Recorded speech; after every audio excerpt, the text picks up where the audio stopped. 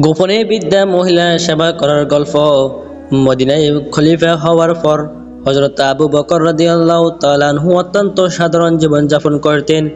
তিনি কখনো নিজের পদমর্যাদার অহংকার করতেন না। প্রতিদিন ভোরে ফজরের নামাজের পর তিনি নিঃশব্দে শহরের এক প্রান্তে চলে গেলেন।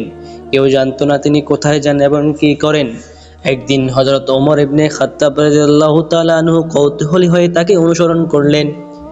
তিনি দেখলেন হযরত আবু বকর রাদিয়াল্লাহু তাআলা আনহু একটি ছোট জীর্ণ কুঁড়েঘরে প্রবেশ করলেন। ওমর রাদিয়াল্লাহু তাআলা আনহু অপেক্ষা করতে লাগলেন। কিছুক্ষণ পর আবু বকর রাদিয়াল্লাহু তাআলা আনহু বের হয়ে গেলেন। তিনি ঘরের ভেতরে ঢুকলেন। ভেতরে তিনি দেখতে পেলেন একজন অন্ধ বৃদ্ধা মহিলা বসে আছেন।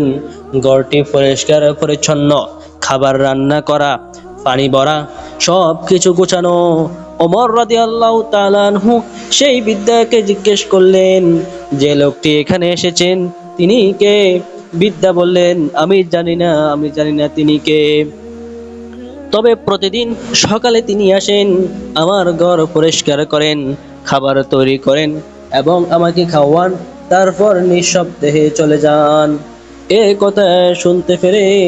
এই কথা শুনে হযরত ওমর ইবনে খাত্তাব রাদিয়াল্লাহু তাআলা আনহু আবেগে কেঁদে দিলেন। তিনি বুঝতে পারলেন এই মহান মানুষটি আর কেউ নন, তিনি হচ্ছেন খলিফা হযরত আবু বকর রাদিয়াল্লাহু তাআলা আনহু। তিনি বললেন, হে আবু বকর, তুমি আমাদের জন্য এমন এক দৃষ্টান্ত রেখে গেলে যা অনুসরণ করা খুবই কঠিন। আর এই গল্প থেকে আমরা শিক্ষা পাই, সত্যিকারের মহান মানুষেরা গোপনে ভালো কাজ করেন। ক্ষমতা ও পদমর্যাদা মানুষকে অহংকারী বানানো উচিত নয়। অসহায় মানুষের সেবা করা ইসলামের গুরুত্বপূর্ণ শিক্ষা।